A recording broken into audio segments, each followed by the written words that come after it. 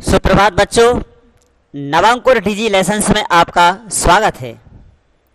प्रिय बच्चों, आज हम गद्य विधा के अंतर्गत रजनी नामक पाठ पढ़ेंगे।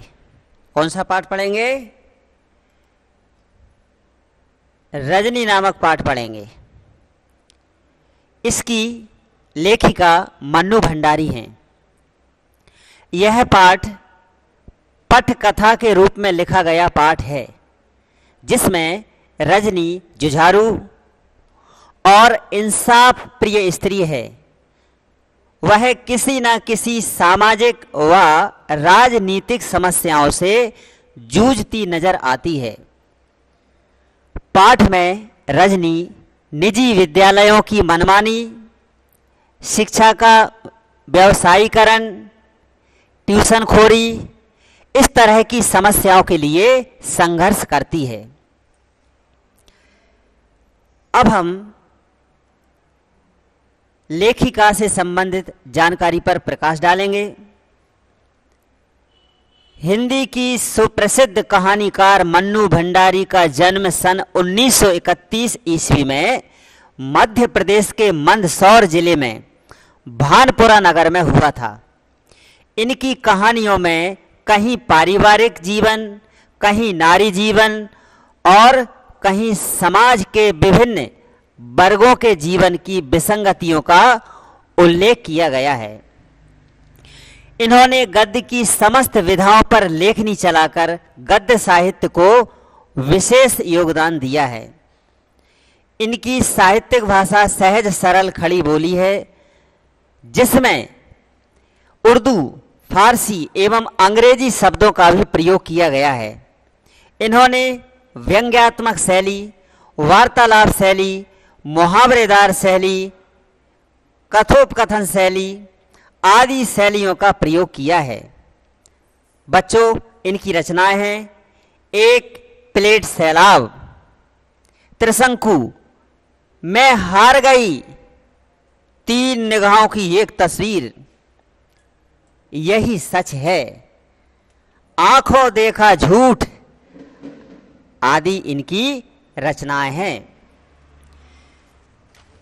तो बच्चों, अब हम पाठ परिचय की ओर चलते हैं। इसमें हम क्या करेंगे? पाठ को परिचय के रूप में समझेंगे, पाठ का परिचय, जिससे आपको पाठ समझने में सरलता होगी। रजनी नामक पाठ एक पटकथा है। क्या है? पटकथा है, जो दूरदर्शन पर दिखाने के लिए लिखी गई थी। यह बासु चटर्जी के निर्देशन में बने इस धारावाहिक के प्रस्तुत अंश में व्यवसाय बनती जा रही शिक्षा की समस्या, क्या व्यवसाय बनती जा रही शिक्षा की समस्या की ओर दर्शकों का ध्यान आकर्षित किया गया है। यह पटकथा 7 दृश्यों में विभाजित है। इसमें रजनी पात्र जुझारू है।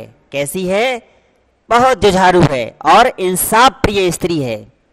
पाठ में बताया गया है कि विद्यालयों में बच्चों पर ट्यूशन के लिए दबाव बनाया जाता है। ट्यूशन ना लेने पर पढ़ने वाले बच्चों को भी कम अंक दिए जाते हैं, उनके अंक काट लिए जाते हैं। पाठ में अमित पढ़ने वाला छात्र है। ट्यूशन ना लेने पर उसके गणित विषय में कम अंक आते हैं, जिसके कारण वह उदास और दुखी हो जाता है। रजनी इस समस्या के लिए संघर्ष करती है, बहुत संघर्ष करती है। इस पाठ में निजी विद्यालयों में ट्यूशन के नाम पर होने वाले धंधों का भांडाफोड़ किया गया है। तो बच्चों, अब हम इस पाठ में जो पात्र हैं, इस पटकथा में जो पात्र हैं, उनसे परिचय करते हैं। तो देखिए, सबसे पहले है पाठ में यह समाज सेवा का कार्य करने वाली निडर और जुझारू महिला है। रजनी के द्वारा पाठ में ट्यूशन के धंधों का भांडाफोड़ किया गया है। अगला लीला। अब लीला कौन है? यह अमित की मां है, जिसके घर रजनी बाजार जाने के लिए लीला को बुलाने अचानक जा पहुंचती है। फिर है अमित, यह लीला का पुत्र है। कौन है? लीला का पुत्र है, जिसके गणित विषय में कम अंक आ जाते हैं, जिसके कारण वह उदास और दुखी हो जाता है। अमित कक्षा 7 का विद्यार्थी है। अगला पात्र है मिस्टर पाठक। यह विद्यालय में अमित को गणित पढ़ाने वाले शिक्षक हैं, उसे गणित पढ़ाते हैं। हेडमास्टर। अब हेडमास्टर यह विद्यालय के प्रधानाध्यापक हैं, जिनके पास रजनी गणित विषय की परीक्षा की कॉपी देखने पहुंचती है, किंतु हेडमास्टर साहब के द्वारा रजनी को कोई संतोषजनक सहयोगात्मक उत्तर नहीं मिलता है। निदेशक। निदेशक डायरेक्टर ऑफ एजुकेशन, निदेशक महोदय। तो पाठ में शिक्षा निदेशक महोदय हैं, मतलब डायरेक्टर ऑफ एजुकेशन, जिनके पास रजनी समस्या लेकर पहुंचती है, वहां भी संतोषजनक उत्तर नहीं मिलता है। संपादक महोदय। पाठ में अखबार के संपादक महोदय का दृश्य है। पाठ में अखबार के संपादक महोदय का दृश्य है, जहां रजनी सहयोग लेने पहुंचती है और यह संपादक महोदय उसे सहयोग करते हैं। अंत में है रवि। यह रजनी के पति हैं। पहले तो जब रजनी इसके लिए संघर्ष करती है, ट्यूशन के लिए संघर्ष करती है, ट्यूशन समस्या के लिए, तो रजनी के पति उसे कहते हैं कि क्या व्यर्थ के कार्यों में उलझी हुई हो, तुम्हारा थोड़ी बच्चा पढ़ रहा है। लेकिन अंत में यह रजनी के पति जब इस समस्या को सुलझाने में रजनी सफल हो जाती है तो बहुत प्रसन्न होते हैं। तो इस तरह ये पात्र परिचय। अब हम जो रजनी नामक पाठ है, ये जो पटकथा है, इसे अलग अलग दृश्यों में विभाजित किया गया है और प्रत्येक दृश्य अपने आप में पूर्ण है। तो 7 दृश्य हैं, तो हम इसे समझते हैं। पहला दृश्य, लीला व अमित के फ्लैट का कमरा। किसका कमरा? फ्लैट का कमरा, कक्ष, जहां रजनी जा पहुंचती है। दूसरा दृश्य, हेडमास्टर का कार्यालय, जहां रजनी ट्यूशन संबंधी समस्या लेकर पहुंचती है। तीसरा दृश्य, स्वयं रजनी का फ्लैट, रजनी का ही घर, रजनी का ही मकान। चौथा दृश्य, डायरेक्टर ऑफ एजुकेशन, मतलब शिक्षा निदेशक महोदय के कार्यालय का बाहरी कक्ष। पांचवा दृश्य, समाचार पत्र के संपादक महोदय का कक्ष।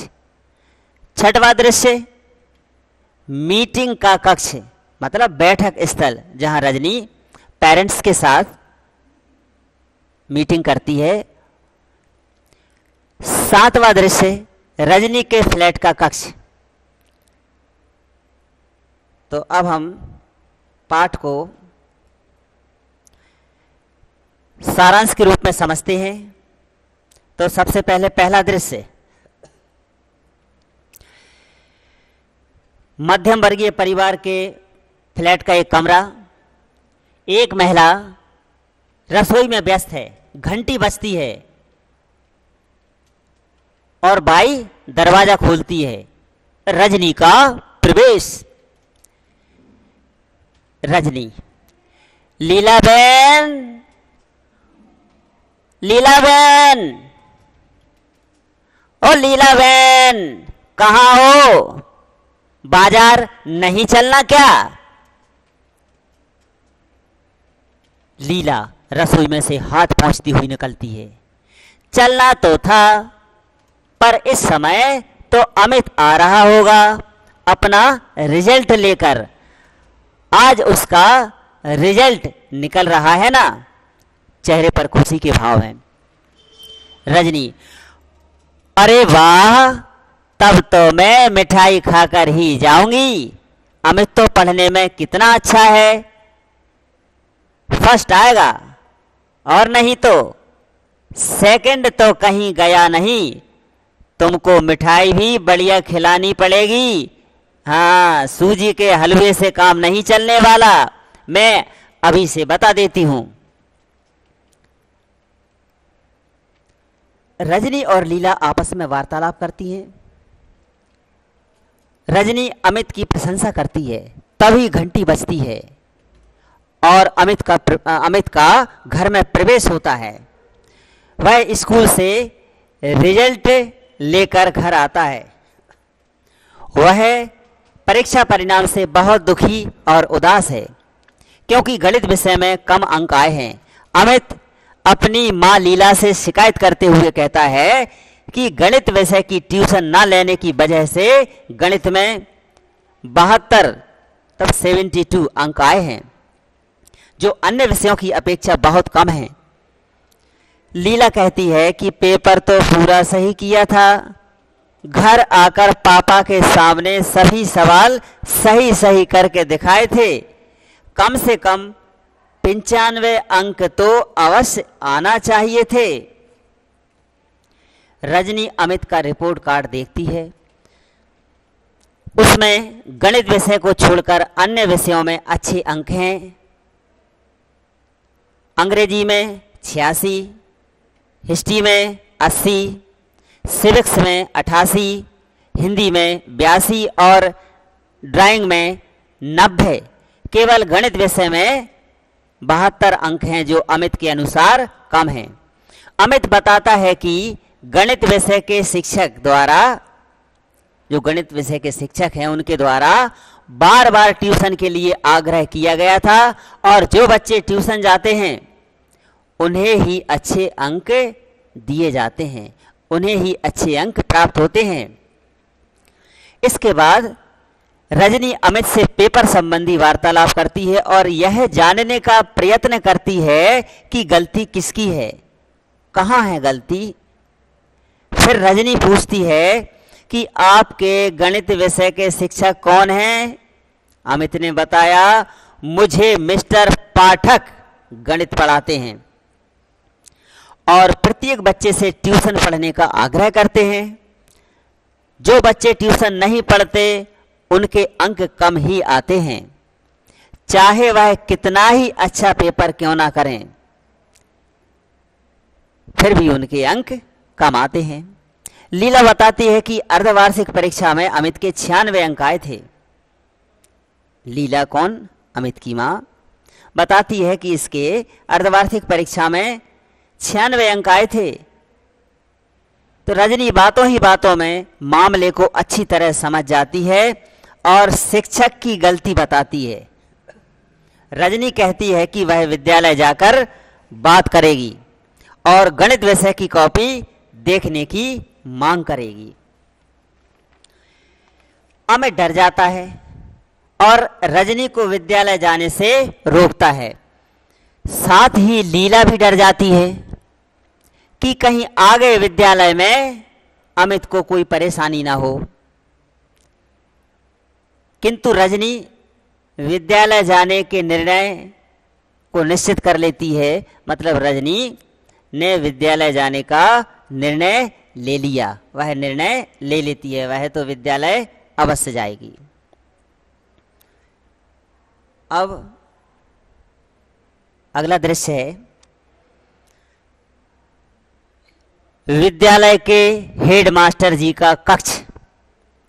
दीवार के सहारे रखी कांच की अलमारी में बच्चों द्वारा जीते हुए कप और सील्स जमे हुए रखे हैं। हेडमास्टर काम में व्यस्त हैं। रजनी का कक्ष में प्रवेश। नमस्कार करते हुए हेडमास्टर रजनी को बैठने के लिए कहते हैं। मतलब रजनी अंदर जाती है और हेडमास्टर जी को नमस्कार करती है और हेडमास्टर जी रजनी को बैठने के लिए कहते हैं और पूछते हैं, कहिए क्या काम है। रजनी अमित सक्सेना की गणित विषय की कॉपी देखने की अनुमति मांगती है, किंतु हेडमास्टर इसके लिए तैयार नहीं होते हैं। वे कहते हैं कि यह उनके विद्यालय के नियमों के विरुद्ध है। रजनी फिर से कहती है कि अमित के गणित विषय में अंक अच्छे आना चाहिए थे, किंतु 72 अंक ही आए हैं। मैं तो केवल यह देखना चाहती हूं कि गलती कहां और किसकी है। हेडमास्टर साहब फिर भी कॉपी दिखाने को तैयार नहीं हुए तथा बच्चों को ही दोषी बताने लगते हैं। फिर से रजनी कहती है कि आप चाहें तो अमित का पिछला परीक्षा परिणाम देख सकते हैं, हमेशा अच्छे अंक ही आए हैं। दोनों में लंबी बहस चलती रही। हेडमास्टर जी स्कूल के नियमों पर ही अड़े रहे। इसके बाद रजनी विद्यालय के नियमों की धज्जियां उड़ाने लगती है। रजनी कहती है कि यदि नियमों का इतना ही ध्यान रखा जाता तो आपके विद्यालय के शिक्षक विद्यालय के बच्चों पर ट्यूशन पढ़ाने का दबाव नहीं डालते। हेडमास्टर साहब शिक्षक और छात्रों का आपसी मामला बताते हैं। हेडमास्टर कहते हैं कि भाई यह तो शिक्षक और बच्चों का आपसी मामला है, इसमें मैं क्या कर सकता हूं। रजनी कहती है कि यदि ट्यूशन के धंधे को नहीं रोक सकते तो ये कुर्सी छोड़ दीजिए। अब क्या था, इतने में हेडमास्टर साहब क्रोधित होते हुए रजनी को वहां से चले जाने को कहते हैं। रजनी कहती है कि आप तो कुछ कर नहीं सकते, मैं ही कुछ करके दिखाऊंगी, और रजनी बाहर निकल जाती है। अगला दृश्य तीसरा, यह रजनी का घर है, रजनी का फ्लैट है। शाम का समय, घंटी बजती है। रजनी दरवाजा खोलती है। घर में पति का प्रवेश। रजनी के पति का नाम रवि है। वह घर में प्रवेश करते हैं। रजनी अपने पति को चाय बनाकर लाती है तथा संपूर्ण जानकारी देती है। वह पति को सारी बातें बताती है। इस पर रजनी के पति रवि रजनी को समझाते हुए कहते हैं कि यदि शिक्षक ट्यूशन का धंधा करते हैं तो उसे क्या परेशानी है, क्या प्रॉब्लम है। भाई उसके बच्चे तो अभी पढ़ नहीं रहे हैं। इस बात पर रजनी भड़क उठती है, क्रोधित हो जाती है। वह कहती है कि अमित के लिए आवाज क्यों नहीं उठानी चाहिए। रजनी का आशा यह है कि दूसरों के साथ हो रहे अन्याय के लिए आवाज क्यों नहीं उठाना चाहिए। उठाना चाहिए, अवश्य उठाना चाहिए, मैं उसके लिए आवाज उठाऊंगी। रजनी कहती है कि जो अन्याय सहन करते हैं वे अन्याय करने वालों से ज्यादा दोषी होते हैं। रजनी अपने पति से कहती है कि लीलाबेन, कांति भाई और तुम जैसे लोगों के कारण इस देश में कुछ नहीं हो सकता, जो अन्याय होता देखकर भी चुप रहते हैं, चुप बैठे रहते हैं। अब अगला दृश्य है, डायरेक्टर ऑफ एजुकेशन का दफ्तर, मतलब शिक्षा निदेशक का कार्यालय। शिक्षा निदेशक के कार्यालय का बाहरी कक्ष, कक्ष के बाहर उसके नाम और पद की तख्ती लगी हुई है। साथ ही मिलने का समय भी लिखा हुआ है। एक स्टूल पर चपरासी बैठा हुआ है। सामने की बेंच पर रजनी बैठी हुई है तथा 3-4 लोग और भी बैठे हुए हैं जो मिलने की प्रतीक्षा कर रहे हैं। मिलने का समय समाप्त होता जा रहा है। रजनी प्रतीक्षा करते करते तंग आ जाती है। वह बेधड़क होकर धड़धड़ाती शिक्षा निदेशक के कक्ष में पहुंच जाती है। शिक्षा निदेशक उसे घंटी बजाने पर अंदर आने की सीख देते हैं। इस पर रजनी उसे खरी खोटी सुना देती है। रजनी शिक्षा निदेशक से वार्तालाप करते हुए यह जानना चाहती है कि आपका निजी विद्यालयों पर क्या नियंत्रण है, क्या कंट्रोल है। शिक्षा निदेशक महोदय, जो शिक्षा निदेशक महोदय हैं, वह बताते हैं कि बोर्ड उन्हें 90% ग्रांट देता है, इसके बदले उन पर नियंत्रण रखता है। सिलेबस बनाता है, मतलब सिलेबस बनाना, वार्षिक परीक्षाएं लेना आदि।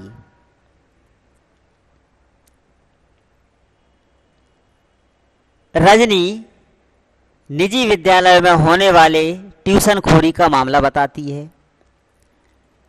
रजनी समस्या बताती है, जिस समस्या के लिए वहां पहुंचती है, जो निजी विद्यालयों में ट्यूशन खोरी चलती है, तो वह समस्या बताती है, मामला बताती है और कहती है कि इस पर बोर्ड का क्या नियंत्रण है। शिक्षा निदेशक का कहना है कि ट्यूशन कोई धंधा नहीं है। जिसका बच्चा कमजोर होता है वह ट्यूशन लगवाता है। यदि ऐसा लगता है कि कोई शिक्षक लूट रहा है तो किसी दूसरे शिक्षक के पास ट्यूशन लगवा सकते हैं। अब यह कोई मजबूरी तो है नहीं। इसके बाद रजनी अमित की ट्यूशन संबंधी एवं कम अंक वाली समस्या को बताती है। मतलब रजनी उसे जो ट्यूशन अमित की ट्यूशन है और जो अमित के कम अंक आए हैं वह समस्या बताती है। वह कहती है कि अमित पढ़ने में बहुत अच्छा है, फिर भी उस पर ट्यूशन का दबाव डाला गया। ट्यूशन ना लेने पर उसको गणित में 72 अंक ही दिए गए, जबकि अमित ने पूरा पेपर सही किया था। निदेशक ने कहा कि इस मामले में हेडमास्टर को कार्यवाही करना चाहिए, उसको एक्शन लेना चाहिए। फिर रजनी ने कहा कि वाह, हेडमास्टर साहब कहते हैं कि मैं कुछ नहीं कर सकता और आप कहते हैं कि हेडमास्टर को एक्शन लेना चाहिए, उसे कार्यवाही करना चाहिए, तो फिर बताइए करेगा कौन? क्या तब तक यह ट्यूशन खोरी का धंधा चलने दिया जाए? निदेशक कहते हैं कि अभी तक हमारे पास ऐसी कोई शिकायत नहीं आई। रजनी ने कहा कि बिना शिकायत के क्या आप कुछ नहीं कर सकते? आपको कोई चिंता नहीं है? इस पर शिक्षा निदेशक अपनी व्यस्तता का तर्क देने लगते हैं। फिर रजनी कहती है, यदि ऐसी बात है तो मैं आपके पास शिकायतों का ढेर लगवाती हूं। अगला दृश्य अखबार का दफ्तर। इस दृश्य में अखबार का दफ्तर है। कमरे में अखबार के संपादक महोदय बैठे हुए हैं और वहां रजनी 3-4 महिलाओं के साथ बैठी हुई है। संपादक रजनी की प्रशंसा करते हुए कहते हैं कि आपने तो ट्यूशन के विरोध में एक आंदोलन ही खड़ा कर दिया है। रजनी ने कहा, यदि आप सहयोग करें और समाचार पत्र इस मुद्दे को उठा ले तथा इस पर चोट करे तो सारा समाज इसके विरुद्ध खड़ा हो जाएगा। इससे अनेक अभिभावकों को राहत मिलेगी, बहुत सारे पालकों को राहत मिलेगी तथा बच्चों का भविष्य संवर जाएगा। संपादक रजनी की ऊंची अर्थात उच्च भावना समझकर साथ देने का वादा करते हैं। रजनी प्रसन्न होती है और कहती है कि वह 25 तारीख को पेरेंट्स की एक मीटिंग करने जा रही है। इस सूचना को भी समाचार पत्र में छपवाने के लिए आग्रह करती है।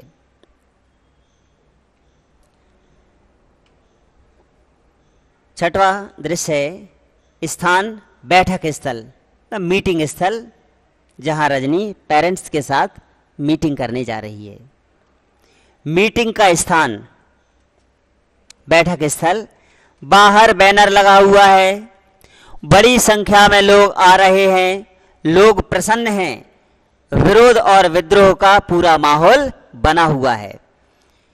एक हॉल में मीटिंग चल रही है, रजनी माइक से सबको संबोधित कर रही है। इसके बीच अध्यापकों के एक प्रतिनिधि भी अपनी समस्या रखता है कि उन्हें कम वेतन दिया जाता है, इसलिए ट्यूशन से गुजारा करते हैं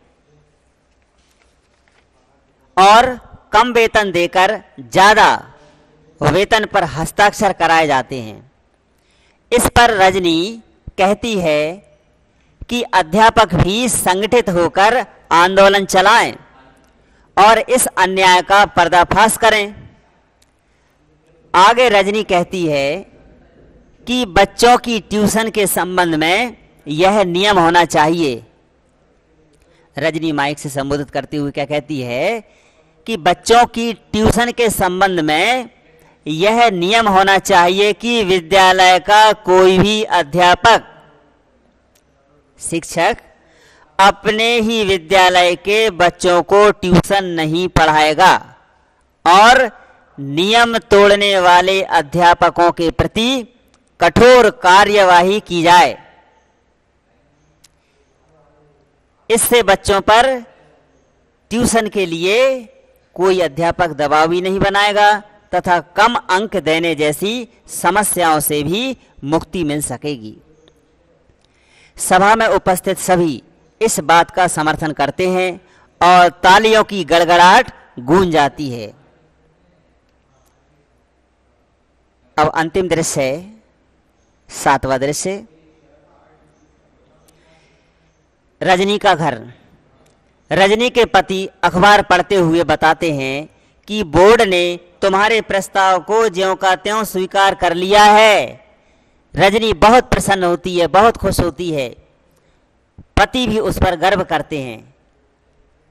तभी लीलाबेन, कांतिबाई और अमित मिठाई लेकर वहां आ जाते हैं।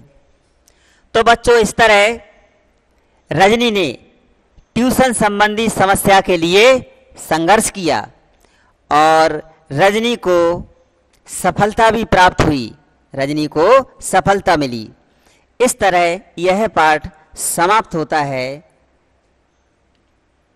धन्यवाद।